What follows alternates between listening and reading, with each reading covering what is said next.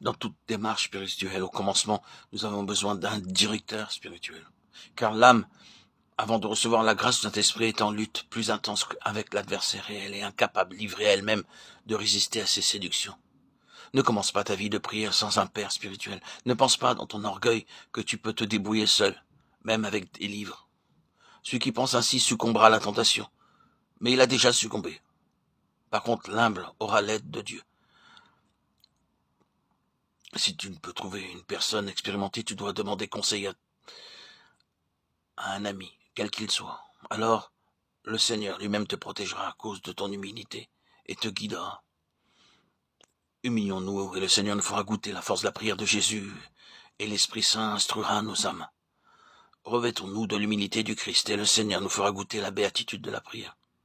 Le Seigneur nous aime, mais nous envoie les souffrances afin que nous reconnaissions notre impuissance et devenions humbles. Certes, si quelqu'un souffre par pauvreté ou maladie, mais ne supporte pas son mal avec humilité, il souffre inutilement. L'humble, par contre, est toujours content, car Dieu est sa richesse et sa joie. L'Esprit du Christ peut-il vouloir du mal à qui que ce soit? Sommes-nous appelés par Dieu pour cela? L'Esprit Saint est comme une mère qui aime son enfant et communie à ses sentiments. Il se fait connaître dans la prière, humble, souffre avec nous et pardonne, guérit et instruit. Qui par contre n'aime pas ses ennemis et ne prie pas pour eux, celui-là se tourmente lui-même et il tourmente les autres. Et il ne connaîtra jamais Dieu. Celui qui aime vraiment Dieu prie sans interruption. Il a expérimenté la grâce dans la prière. Bien sûr, nous avons les églises pour prier, les livres liturgiques, mais que ta prière intérieure soit constamment avec toi. Dans les églises, on célèbre le culte, et là habite l'Esprit Saint. Mais que ton âme, elle aussi, soit l'église de Dieu. Pour celui qui prie sans cesse, le monde entier devient église.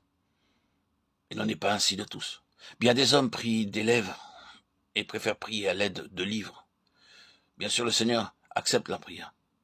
Il a pitié de tous ceux qui prient, mais celui qui, en priant, pense à toute autre chose, ne sera pas exaucé par le Seigneur. Celui qui perd l'humilité perdra également la grâce et l'amour de Dieu. La prière s'éteint en lui.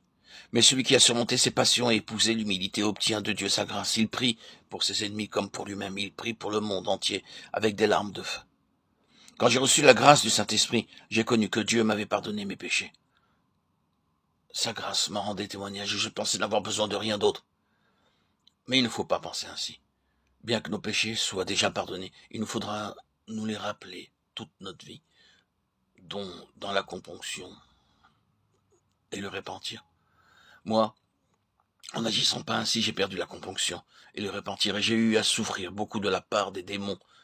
Je ne pouvais comprendre ce qui se passait en moi. Mon âme connaissait le Seigneur et son amour. Pourquoi donc cet assaut de pensées mauvaises? Mais le Seigneur eut pitié de moi et me montra la voie de l'humilité. Tiens-toi bien consciemment en enfer et ne désespère pas. Ainsi fut vaincu l'ennemi.